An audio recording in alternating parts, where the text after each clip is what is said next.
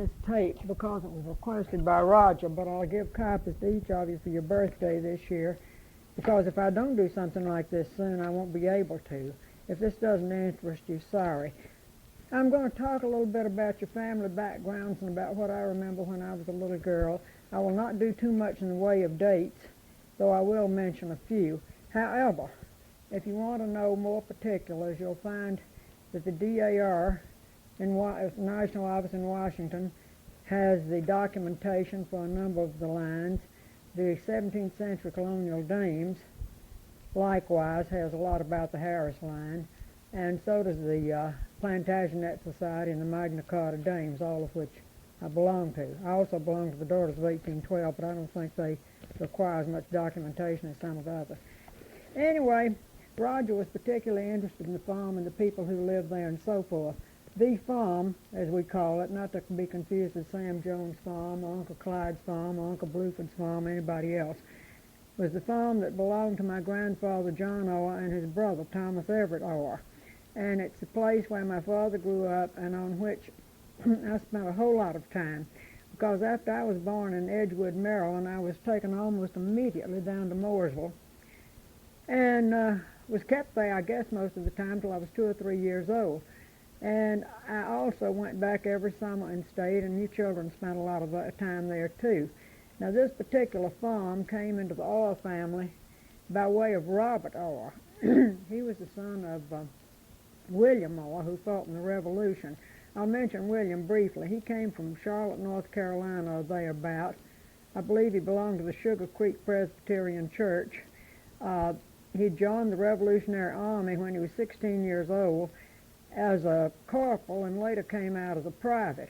And I think I may know why, because I found his will in Franklin, and he's the one who left this, this, this, and this, and $3 for whiskey to be served at the funeral. So perhaps he was a drinking man. I don't know. Anyway, he got a Revolutionary land grant over around Whites Creek in Davidson County, but he sold that or traded it or did something and moved down to around Franklin, around Old Hillsboro. And that's where this Robert Orr, I suppose, met Polly Ann Cummins. That's the girl he married. And the little buffet-looking thing that's in, where is it now? It's now in our living room, that Mammy had in her dining room, I've always been told came from Polly Ann Cummins' father's house in Old Hillsboro. Anyway, Robert and his brothers, Jamie or James, and I believe the other one was named Walker or William Walker, all moved down to the vicinity of Mooresville. And Jamie Orr built a house over by Bear Creek Cemetery. In fact, the house is still standing, and Wayne Orr, who is distantly related to us, well, his widow, I think Wayne's dead now, still lives in it. Aunt Brownie lived in the house the other brother built because she was descended from him, so we were kin to her as well as being related to her by marriage. And then Robert Orr bought the place that became my grandfather's farm. Now, I understand, and this is just hearsay, that when he got it, the kitchen of the house, you children knew, was a log cabin, and that was about all that was on the place. I think he bought it from a Wilkes family, so it's possible that Will Wilkes is descended from slaves from that place. Anyway, I mean was descended, he's dead. Anyway, Robert and his wife, Polly Ann Cummins Orr, lived on the place, and they had 3 sons. One was Thomas Alexander Orr. Thomas Orr Anderson is named for him. They had a son named William. William was a big name in the family. And they had a son named Samuel Cummins Orr. He was named for Polly Ann's father, Samuel Cummins. And Sam was a captain in the Confederate Army, and when I was little, you've heard me say we used to play with his sword. Mammy would give us Captain Sam's sword and tell us to go out in the yard and play. And William died when he was just about 20 or 21. You can find his death dates on a piece of paper that I have framed that has some people's hair stuck on it. His mother put that together and put his hair, her husband's hair, her dead husband's hair he was, the hair from a little girl, Emily, who died when she was a year old, on this, and she has their death dates. Anyway, I was always told that William was killed in the Mexican War.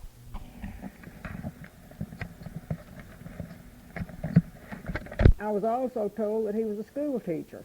Well, this is likely because school teachers were quite young in those days. If someone could read, he could teach school. Sam Houston taught school. In fact, was the only teacher, principal, and chief executive officer of a school, I think, when he was 17, 18 years old over in East Tennessee. And I do know William Orr, he who may have died in the Mexican War, was a bookish young man because a lot of his books were still at the farm when I was growing up, and I have some of them. He had a copy of Parson Weems' Life of Washington, which I have. He had a biography of Christopher Columbus, and he had some other stuff.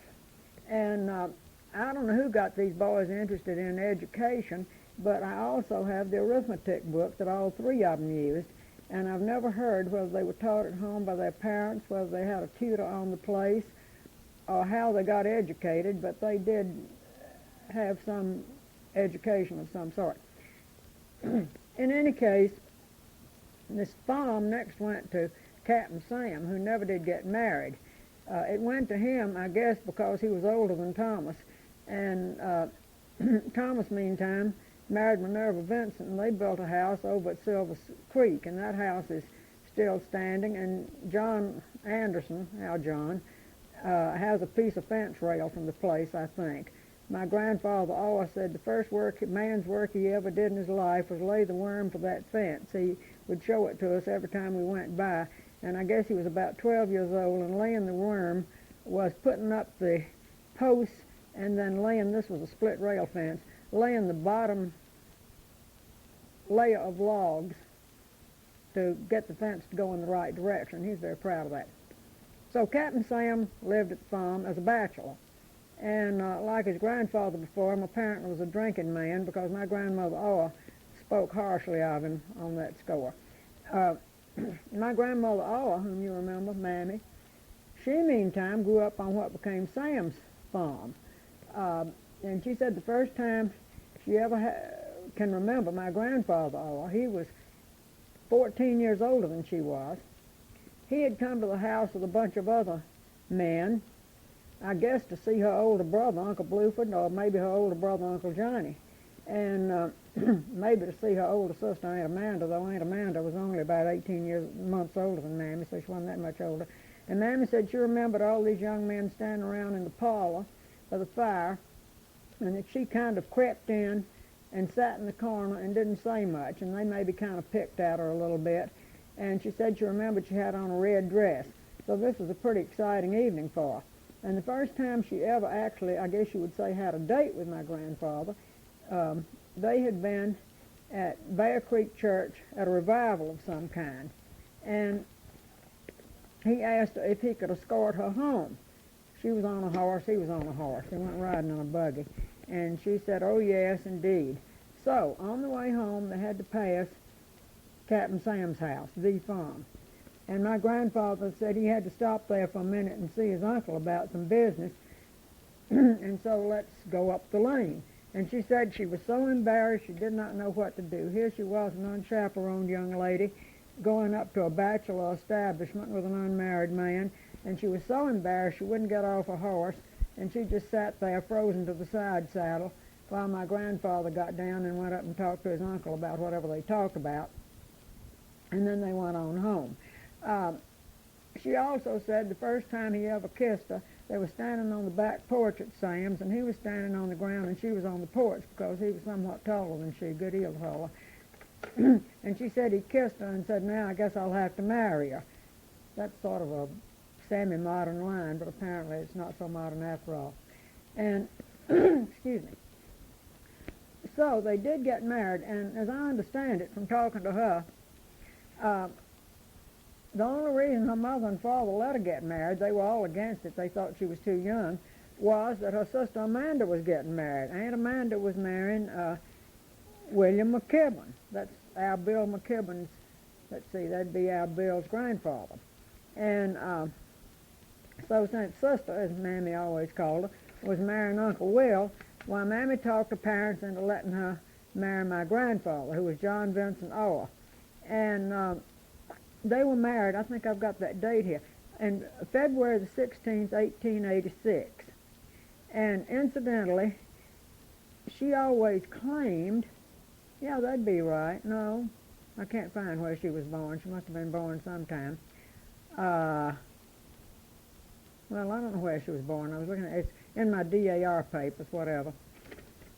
But she married him, but her mother and father wouldn't let her go live with him for a year or two. I've forgotten exactly how long it was. She had to keep living at home. They thought she was too young to be going off and getting married and moving out of the house.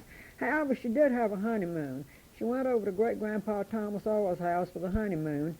And again, she said she was just so embarrassed because the house was just full of people, and including all sorts of cousins and goodness knows what, having a riotous and bawdy time, making smart aleck remarks and going on like that. So, my grandfather, after he married, bought the farm from Uncle Sam.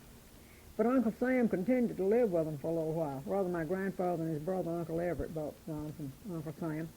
And eventually, Uncle Sam, I suppose perhaps at his own request, was moved into a Confederate veterans home in Nashville. He was getting old and not able to handle himself too well. In fact, Roy came in, so that was the reason I said just a minute. Anyway, so my grandmother and grandfather lived in that house until long after he died, and until not too long before she died. But having to sell the farm and move into Lewisburg was extremely hard for her because she'd been there almost since she was a little girl. I do have a few dates here I'll give you about these. My grandfather was born August 12, 1857. This is in the Orr Family Bible, which I have, and died the 25th of April, 1940. And that's the day I got married. And my father was absolutely furious with me because I went off and got married instead of coming back to Mooresville to see my dying grandfather, and I still am sort of sorry that, well, I guess I could have married another day, but I couldn't have seen my grandfather anymore, and I feel sort of bad about that, really. His name was John Vincent Orr. His mother was Minerva Vincent, and he was named for his grandfather, John Vincent, who lived up on the Kent Garrett farm, up in a little house that's still standing. I digress here to say that if you go in that little green house up on the ridge, back of the Garrett house, and this is next door to Sam's old farm, you can see the log cabin John Vincent lived in. It had since been framed over and shingled over or something and modernized some, and you can see the date 1826 carved in a chin. I had to stop again and answer the phone. Anyway, back to the farm. Speaking of modernizing, apparently Robert Orr modernized that place some after he bought it, because the part of the house that was the dining room, kitchen, the hall where the telephone was, and the living room, I guess you'd call it, not to be confused with the parlor, I believe, as I understand it, was his house. And he had separate stairways, I think, to go up to the boys' side and the girls' side. One side being Uncle Everett's room, which was sealed off from the rest of the upstairs to keep people from engaging in improprieties, I suppose. Since he only had sons, I don't know what he thought they were going to do that was too improper, but maybe if girls visited, they stayed over on one side. My grandfather, and Captain Sam lived it in that shape and form, I believe, until after my grandfather and Uncle Everett bought it. Now, my grandfather put the gingerbread on it, added the parlor wing, changed the roof line considerably, and built what was considered the fanciest little number available in its day and time. I believe my father was born by that time, so it was somewhere, I'd think, between around 1896 or 7, perhaps, when he did that. Or maybe not. My father was born in 1895. I don't know how old he was, or maybe he wasn't born when my grandfather fixed the house. Anyway, his father-in-law, Edmund Jones, came over from his place, Sam's, and advised against this. He thought it was the biggest foolishness he ever heard of, though he had modernized his house. But he said that roof line was going to cause nothing but leaky ceilings, and my grandfather would have a big, hard problem with that as long as the house stood, and sure enough, there were a lot of leaky ceilings. There were cypress shingles on the house, though, and considering how long they lasted, they were pretty darn good. It was the roof line that caused the problems. Anyway, my grandmother and grandfather had 3 children born well apart. Uncle Clyde was the oldest. He was 8 years older than my daddy. And then here came my father, 1895, and then here came Rebecca. And these were, from their baby pictures, very pretty children, and Rebecca included. In fact, if you look at pictures of Uncle Clyde, and I have some around here, when he was in high school or in his teens, he looked like Tyrone Power. He was so good looking, and Sam Jones told me that all the girls in the Mooresville area were mad for Clyde Orr. They really wanted him, and they never could understand how he happened to marry Brownie Lusby. Although I think Aunt Brownie was a very nice-looking woman, and I can remember when she was a young wife, or fairly young, and she was quite pretty, I thought. I mean, well, moderately so. She wasn't Marilyn Monroe. Then here came my father, and he was quite a pet because he had something, probably typhoid fever. There was a lot of that going around, what was well water and unpasteurized milk and all. Shortly after he learned to walk, and he was so sick. And my grandmother talked about this all her life, about how sick that poor little boy was. And he was so weak he forgot how to walk completely and had to be taught to walk again. And like other little boys then, he wore these long lacy dresses and wore his hair in long golden curls, believe it or not. And you've probably seen at Tyler's a picture of my father when he was about 3 years old, I guess, in his little dress with his long golden curls. And Mammy had one of these curls cut off and in the picture. I don't believe it's in there now. I can't remember. But she made quite a pet of him because he'd been so ill. And then again, there was no other baby for 8 years, and then here came Rebecca. Rebecca, I may as well be frank, gave the impression of not having good sense in a way. But she really was a rather smart woman. My mother, who was not real keen about the in-laws, said Rebecca had a real good head for farm business, that she knew how to handle the farm quite well, including the accounting and that sort of thing. And her big problem was she had a terrible mouth. The roof of her mouth was too small or something, and it made her talk with a sort of a lisp. And in fact, I'm not sure that she could breathe properly. I think she must have had bad adenoid trouble, too. The whole up mouth and nose area and sinus was not formed too well. And this wasn't too obvious when she was in the teens. When I first remember her, she was still in her teens, and she was going to college. She was going to Martin College over at Pulaski, as did Martha Jones, Uncle Bluford's youngest daughter.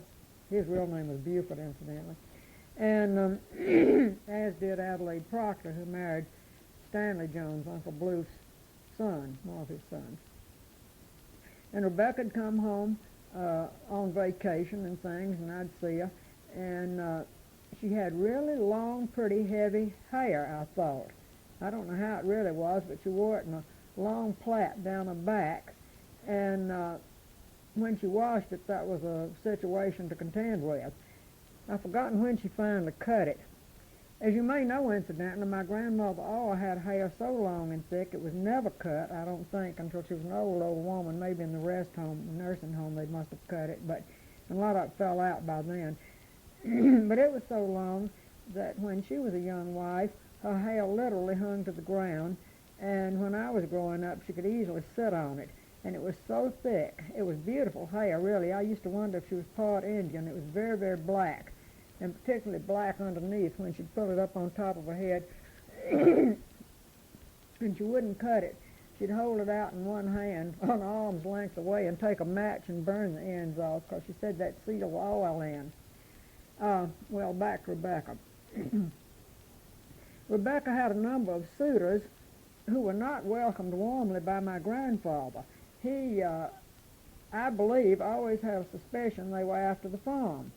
And the farm was a good one. There was an article once in the Lewisburg paper or the Columbia paper, something describing that farm as probably one of the best, or maybe the best in Marshall County. It was just kept up beautifully when my grandfather and Uncle Everett were in charge, and Uncle Cal was working. Uncle Cal not being an uncle, he being an ex-slave, and Will Wilkes was a young man, and they kept it top-notch condition. Anyway, one of Rebecca's suitors was Macon Hart, who was a postmaster over at Petersburg. And Macon would come over and bring candy. He always brought candy. And Rebecca would let me come into the parlor and have a piece. She thought I was a cute little thing. You know, I was kind of a little Jessica thing, the little family pet. And later, as I got older, she didn't think I was quite so cute.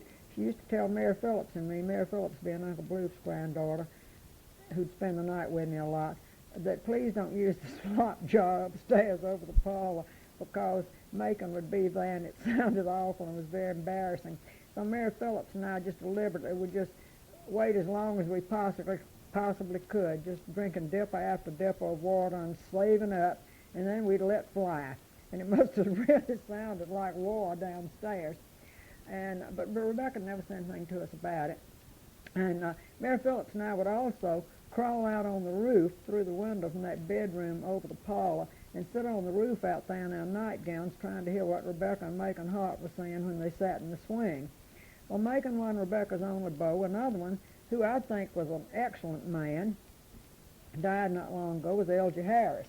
Now, he was kin to us. He was my grandfather's, maybe second cousin or something, on the Harris line. My grandfather's grandmother was Elizabeth Harris, who married John Vinson. And so he and Elgie were kin. And he was particularly suspicious of Elgie. For some reason, he did not want Rebecca marrying Elgie. Maybe, well, I thought he was suspicious of Elgie's motives.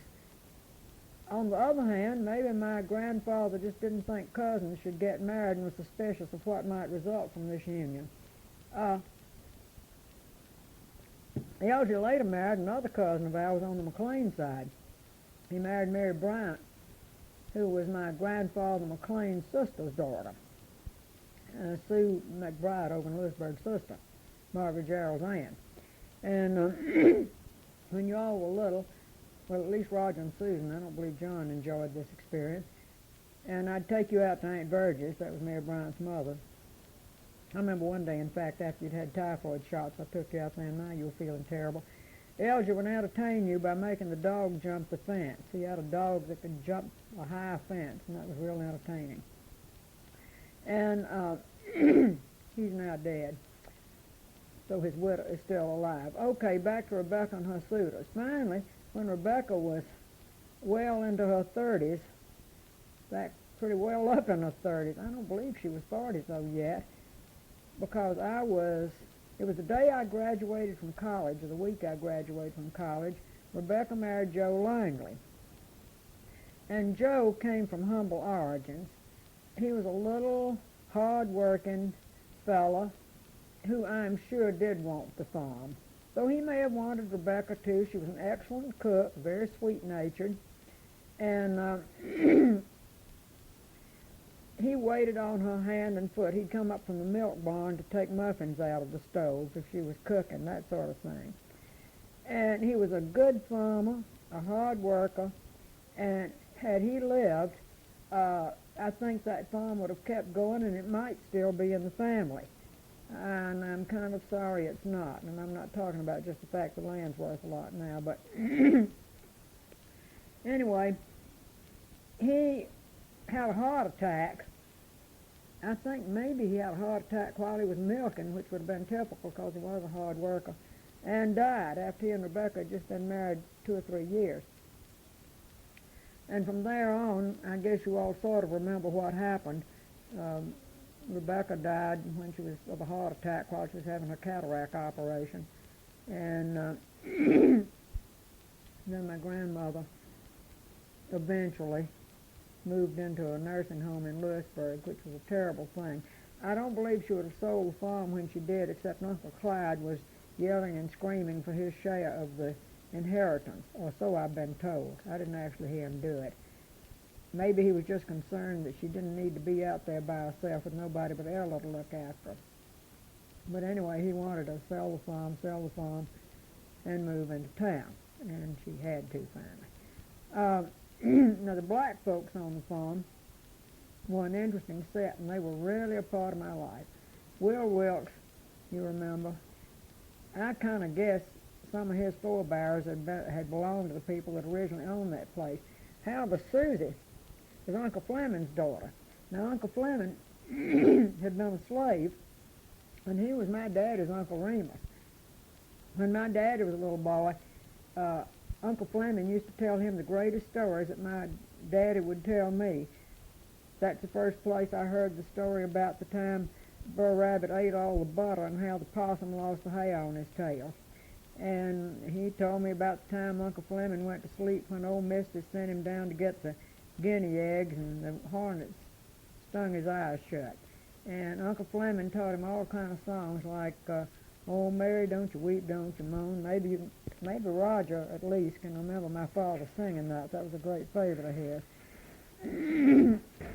And Suze was my wet nurse because Harriet and I were born just a few hours apart, and I believe Harriet's older than I am. I've got to talk with her about that. I've forgotten which one of us is oldest. But as I mentioned, my mother was not well at all. Or they didn't think she was well or whatever the first couple of years of my life. So Suze was my wet nurse.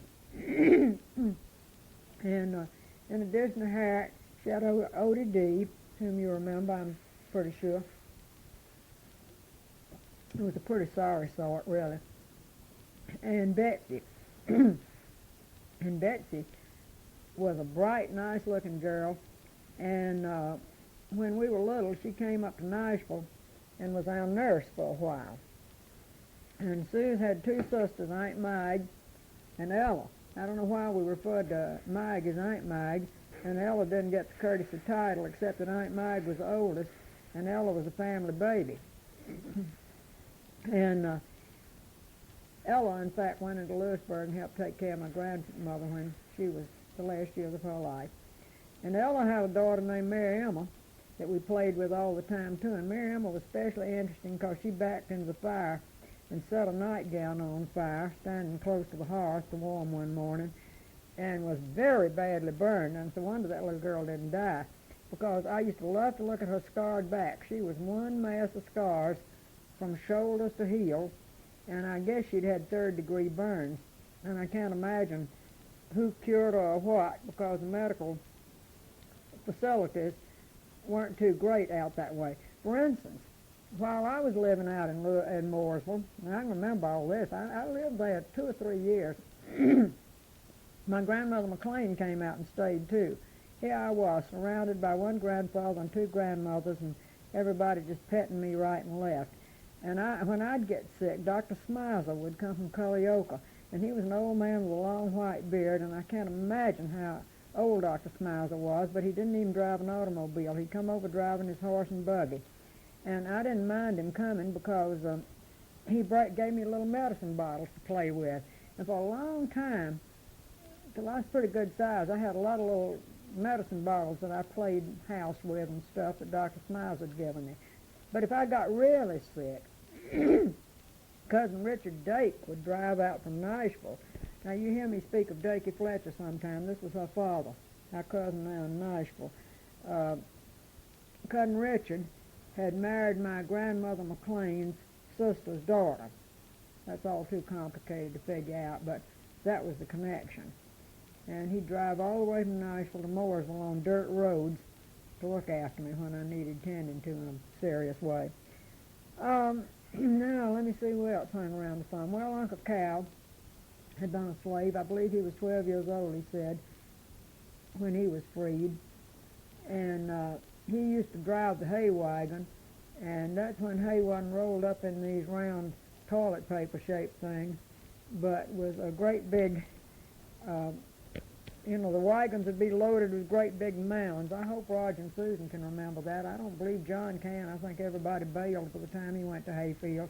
And Uncle Cal would be standing up on top of that great huge mound driving the team, and he let me ride up there with him, and that was just the most fun thing, particularly when the wagon went down into the creek. Crossing the creek was really interesting. I don't really know what else you want to know about all this. I can tell you a little more about Sam's house, since you remember that pretty well, and that's one place I hung around a good deal. Living up there, well, that had been my great-grandma Jones' house when my grandmother all grew up. And living up there when I was little was Sam and Wallace and Ludy. And the other brother, Willie, was married. He'd married Sally Orr. Now, there's another. These families are just so mixed up, you'll never straighten them out. But Sally Orr was the daughter of my grandfather Orr's brother, Uncle Billy. And to make that really confusing, Uncle Billy had married Lizzie Bryant, whose brother, Uncle John Bryant, had married my grandfather McLean's sister. So everybody was real mixed up there. And Sam had been married briefly to a lady, I've forgotten her name. Anyway, whatever her name was, the marriage ended suddenly and unhappily and under great secrecy. And it was very hush-hush.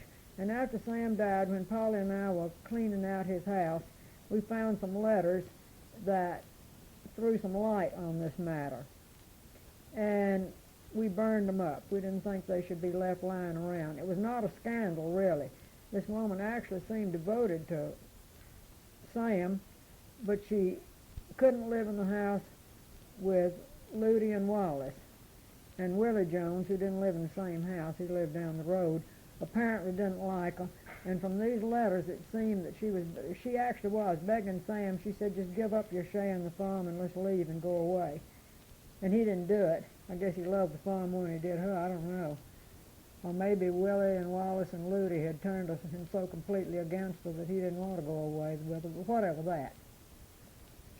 And Grandma Jones, now really my great-grandma, had come to that house as a bride and had found it a very unpleasant place. Now that house, like my grandfather's farm, had also been improved and changed in time.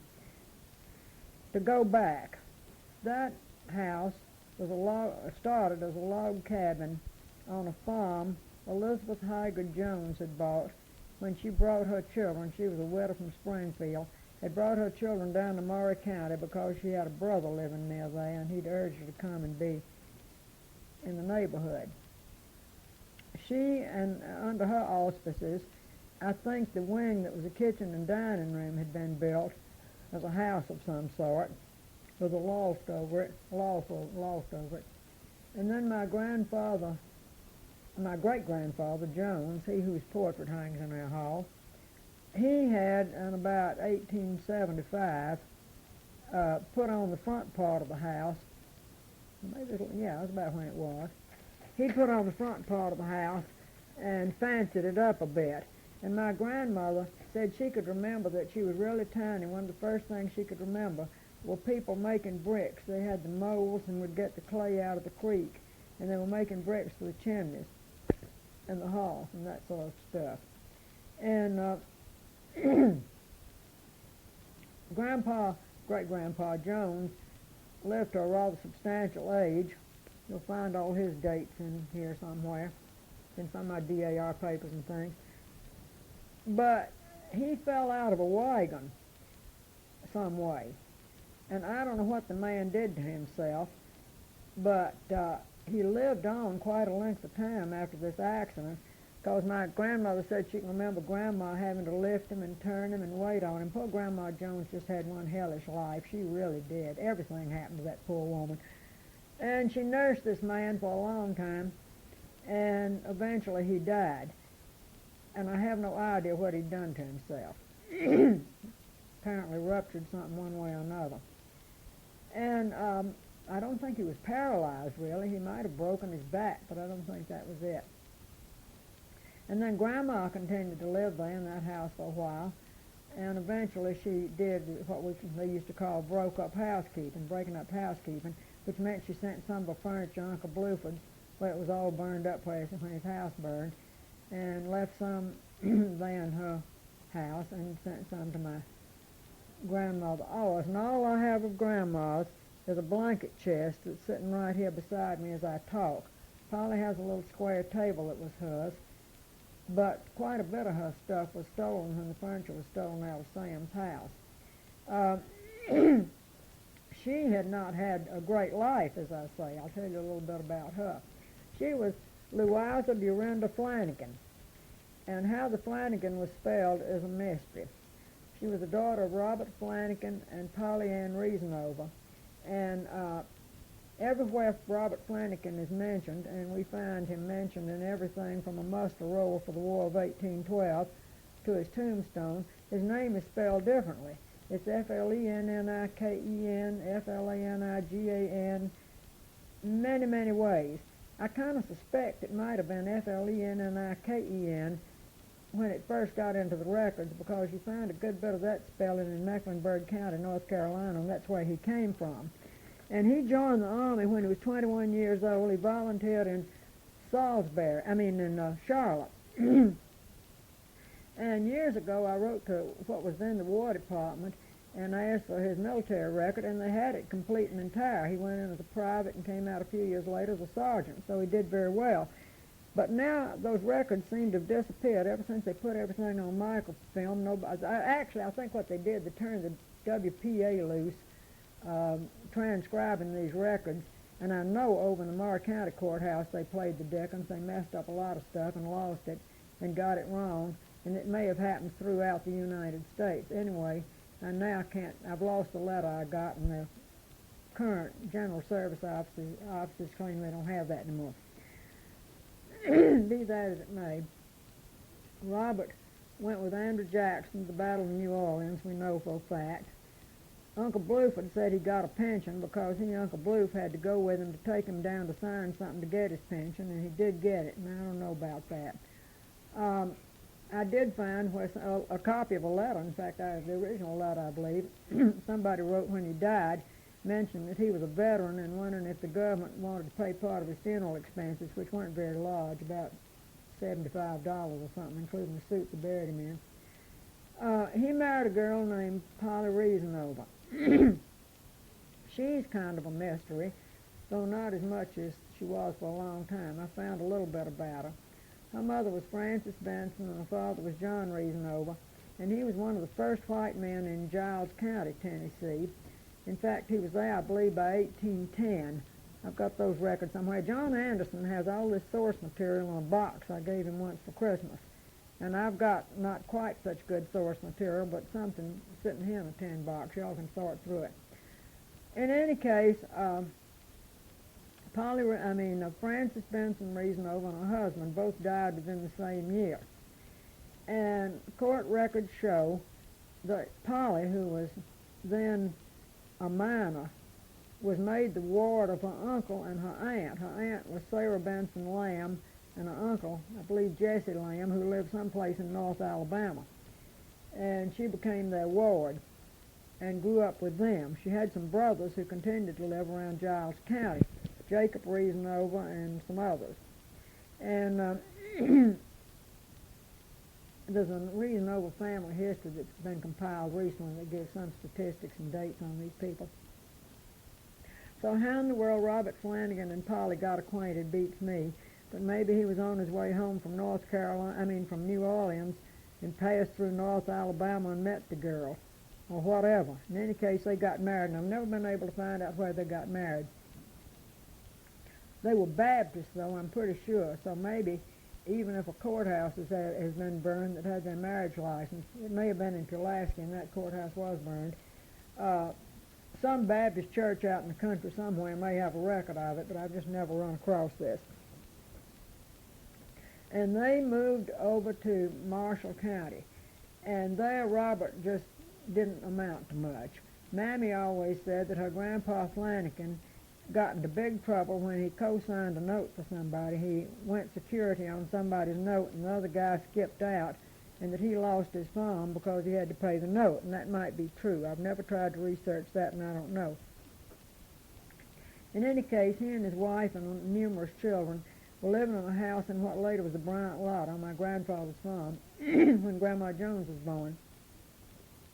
And when I was little, I think you could still see the foundations of that house over there. You could see some rocks of some kind, and my father said when he was a boy you could clearly see the foundations, that the house where Grandma was born was still much in evidence. And Grandma had a whole raft of sisters, but only one brother. And he, I believe, was the oldest. Now again, you can sort through this source material and maybe find out. And he went one night to a church revival in Culleoka, which is quite a little distance if you're going on a horse at night. And he took sick during church. And some nice lady in the congregation took him back to her house, and the family put him to bed, and he died. I don't know what in the world was the matter with the boy. And he was buried in Culleoka. And as a result, Grandpa Flanagan is buried over there, too.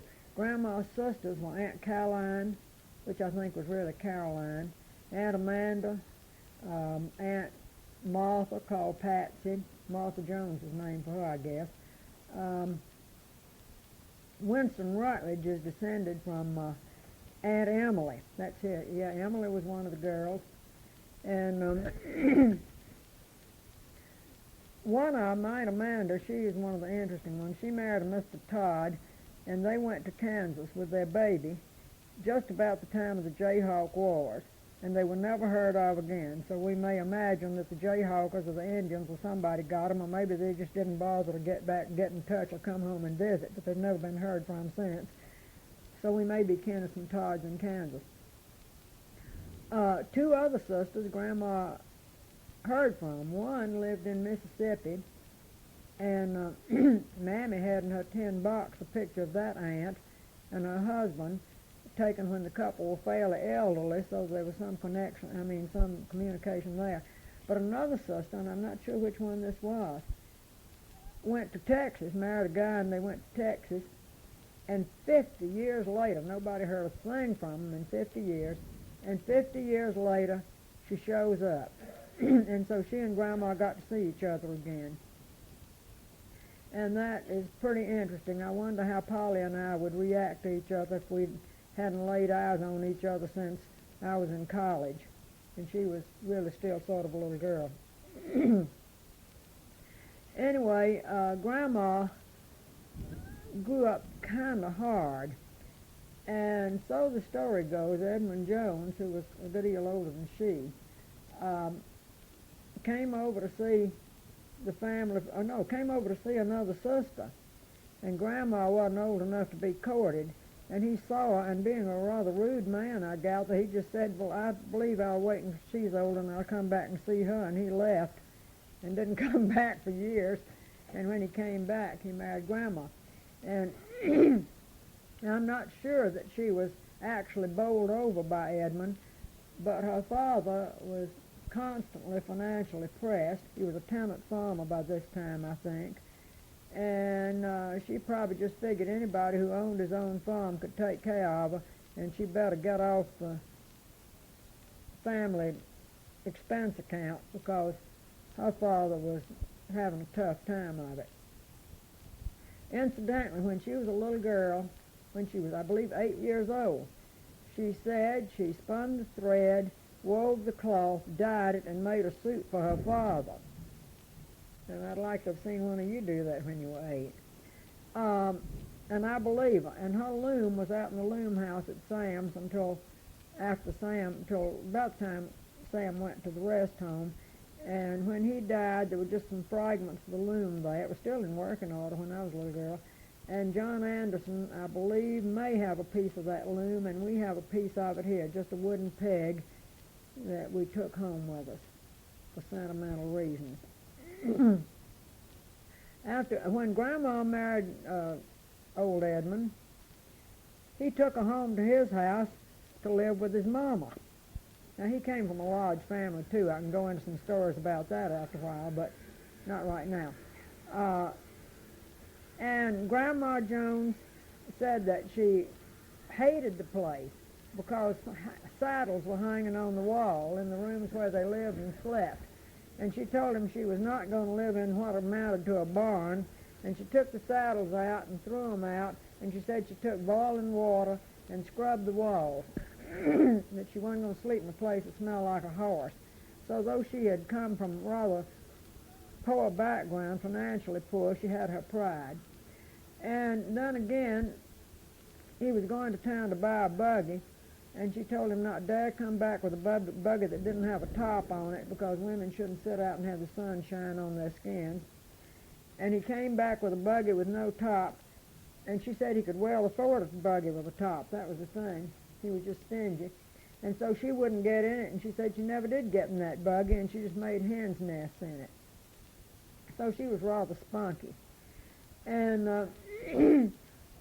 old Elizabeth Haggard Jones, Edmund Jones' mama, continued to live with them until she died, and she was buried over in Haines Cemetery where Grandma and Grandpa Jones are buried. And when I was little, you could see her headstone. Now it's disappeared unless there's just a piece of rock stuck in the ground.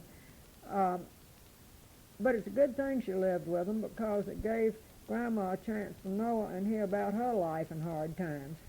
I think a storm is coming up, so I think I'll discontinue this and continue later.